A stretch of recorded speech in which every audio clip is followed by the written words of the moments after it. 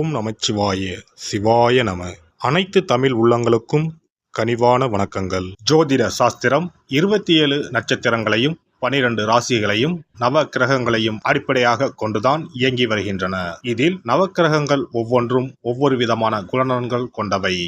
நவ கிரகங்களில் குருவை அடுத்து இரண்டாவது சுப கிரகமாக திகழ்பவர் சுக்கிரன். தனகாரகன் குரு பகவான் பணத்தை தருகிறார் என்றால் அந்த பணத்தை சந்தோஷமான வழிகளில் செலவு செய்ய வைப்பவர் சுக்கிரன். ஒருவர் பணத்தை பற்றி கவலைப்படாமல் செலவு செய்கிறார் என்றால் அவர் சுக்கிரனின் ஆதிக்கத்தில் பிறந்தவர் என்பதை அவரின் ஜாதகத்தை பார்க்காமலே அறிந்து கொள்ளலாம். சுக்கிர பகவான் கலைகளுக்கு அதிபதி என்பதால் எழுத்து, இசை, பாடல், நடனம், நாடகம், பாட்டு, சினிமா ஆகியவற்றில் புகழ்பெற ஜாதகத்தில் சுக்கிரன் நல்ல நிலையில் இருக்க வேண்டும் என்பது அவசியம். சுக்கிர பகவான் ஜாதகத்தில் எந்த நிலையில் இருந்தாலும் ரிஷபம், துலாம், மிதுனம், கன்னி, மகரம் மற்றும் கும்பம் ஆகிய 6 ராசிக்காரர்களுக்கு துன்பத்தை விளைவிப்பதில்லை. ரிஷபத்திலும் துலாம் ராசியிலும் ஆட்சி பெறும் சுக்கிர பகவான் தனது எதிரியான குருவின் வீடான மீனத்தில் உச்சமடைகிறார். தனது நண்பனான புதனின் வீடான கன்னியில் நீசமடைகிறார். ஜாதகத்தில் சுக்கிரன் வலுவிழந்தால் அவரின் திருமண வாழ்க்கையில் தடைகள் ஏற்படும் வாய்ப்புகள் அதிகம். சுக்கிர பகவான் ஜூலை மாதம் 31ஆம் தேதி சிம்ம ராசிக்கு பயிற்சியாக போகிறார். காதல் கிரகமான சுக்கிர பகவான் நெருப்பு ராசியான சிம்மத்தில் புதனோடு கூட்டணி சேரப்போகிறார். ஜூலை மாதம் 31ஆம் தேதி இந்த சுக்கிர பயிற்சி நடைபெறுகிறது.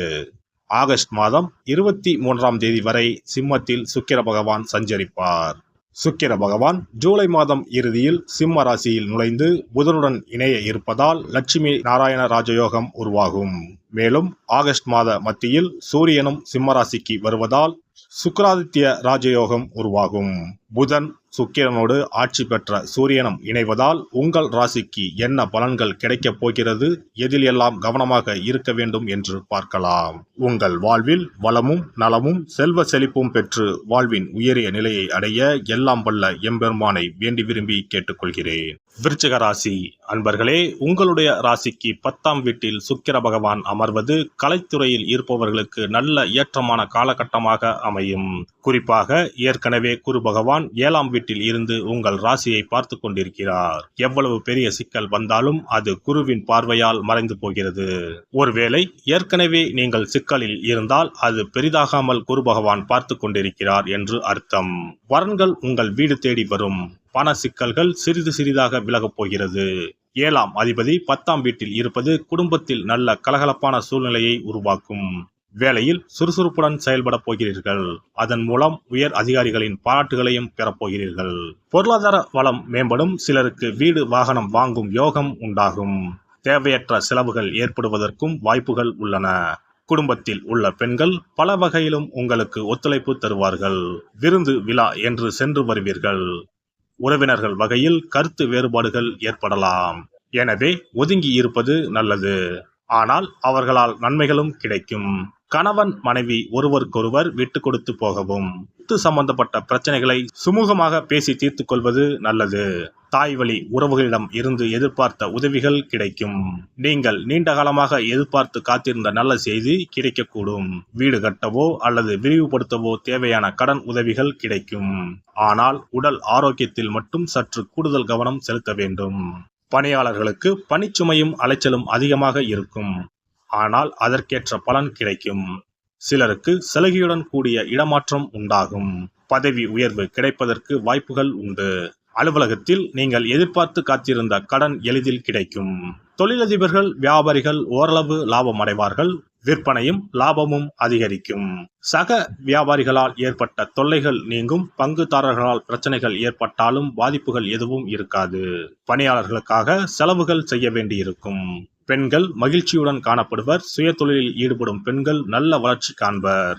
சிலருக்கு புதிய ஆடை ஆபரணம் வாங்கும் யோகம் உண்டாகும். அலுவலகத்தில் எதிர்பார்த்த சலுகைகள் கிடைக்கும். அதிகாரிகளால் ஆதாயம் உண்டாகும்.